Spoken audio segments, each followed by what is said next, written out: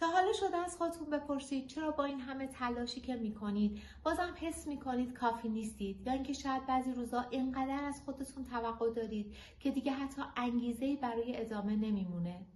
توی این ویدیو میخوام درباره یه موضوع خیلی مهم باهاتون حرف بزنم: مرز بین پرتلاش بودن و کمالگرایی. سلام، فرزانه زمانی هستم. به کانال من خوش اومدید. ممنون میشم که منو سابسکرایب کنید. بریم سراغ این که مرز بین پرتلاش بودن و کمالگرایی چیه؟ فرق این دوتا مثل تفاوت یک مسیر پر از پیشرفته با یه جاده بی انتهاست که هیچ وقت به مقصد نمیرسه. پس تا آخر این ویدیو با من باشید، چون نه تنها این مرز رو براتون روشن میکنم، بلکه میگم چطور میتونیم پرتلاش باشید بدون اینکه در دام کمالگرایی بیفتید. ابتدا یه تعریفی بکنیم از اینکه پرتلاش بودن چیه و کمالگرایی چیه. پرتلاش بودن یعنی چی؟ یعنی شما با انگیزه و با انرژی و هدفمند برای رسیدن به یک نتیجه مشخص تلاش میکنید. برای شما مهمه که بهترین خودتون باشید، نه بی‌نقص ترین. اما کمالگرایی داستان متفاوتیه. تو کمالگرایی فقط یک نتیجه خاص براتون قبوله، کامل و بی‌نقص. هیچ چیزی کمتر از این براتون کافی نیست. مطالعات علمی نشون دادن که پرتلاش بودن میتونه به افزایش رضایت و موفقیت منجر بشه.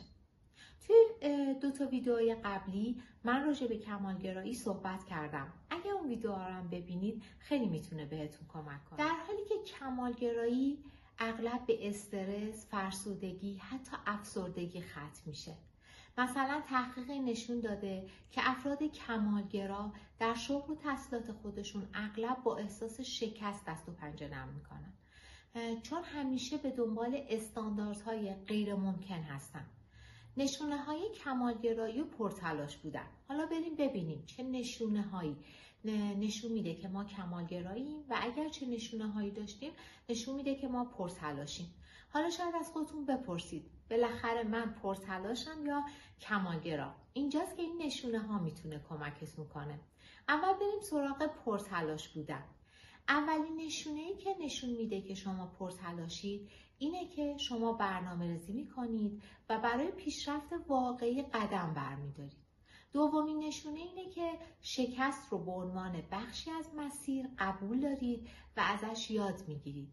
و سومین مورد اینه که برای رسیدن به هدف به اندازه تلاش میکنید، نه بیشتر از حد توان. بریم سراغ نشونه های کمالگرایی. اولین نشونه کمالگرایی اینه که اگه کاری کامل و بی‌نقص نباشه حس میکنید که شکست خوردید. دومین مورد اینه که از شروع کردن میترسید، چون میترسید نتیجه ایدئال نشه. و سومین مورد اینه که همیشه حس میکنید کافی نیستید، حتی وقتی موفق بشید. خب حالا چرا کمالگرایی بده؟ چون مثل یه باطلاق میمونه. تحقیقات نشون داده کمالگرایی باعث میشه زمان بیشتری برای انجام کارها صرف کنید و از مسیر لذت نبرید. همیشه احساس خستگی و استرس داشته باشید. و نکته جالب اینه که کمالگراها اغلب کمتر به اهدافشون میرسن، چون مادام از خودشون توقعات غیر واقعی دارن و سریع خسته میشن. چطور پرتلاش باشیم نه کمالگرا؟ این سوال خیلی جالبیه. حالا وقتشه که بریم سراغ بخش جذاب. چطور پرتلاش بمونیم بدون اینکه کمالگرا بشیم؟ اولین مورد اینه که اهداف واقع بینانه تعیین کنید. به جای اینکه دنبال کامل ترین باشید بپرسید چطور میتونم بهتر از دیروز باشم؟ یادتون باشه حتی یک قدم کوچیک هم بهتر از توقفه. دومین مورد اینه که اشتباهات رو بپذیرید. یه جمله معروف هست که میگه شکست مسیر یادگیریه. هیچ کس بی‌نقص نیست.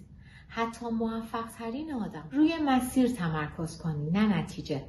از خودتون بپرسید امروز چه کارایی انجام دادم که به هدفم نزدیکتر بشم؟ به جای تمرکز روی نتیجه نهایی از مسیر لذت ببرید. 4. زمان استراحت رو جدی بگیرید.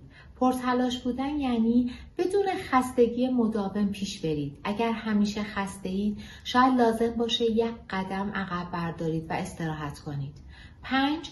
خودتون رو با دیگران مقایسه نکنید. کمالگراها همیشه به دیگران نگاه میکنن و خودشون رو قضاوت میکنن. یادتون باشه مسابقه فقط با خودتونه. خب تو این ویدیو فهمیدیم که پرتلاش بودن یعنی هدفمند، واقع‌بین و با انرژی به سمت رشد حرکت کنیم. اما کمالگرایی مثل یه دام میمونه که باعث میشه هیچ وقت از خودتون راضی نباشید. حالا فکر میکنید شما بیشتر پرتلاشید یا کمالگرا؟ تجربتون رو تو کامنت ها برام بنویسید. ممنون میشم ویدیو رو لایک کنید، کانال رو سابسکرایب کنید. ممنونم که همراه من بودید.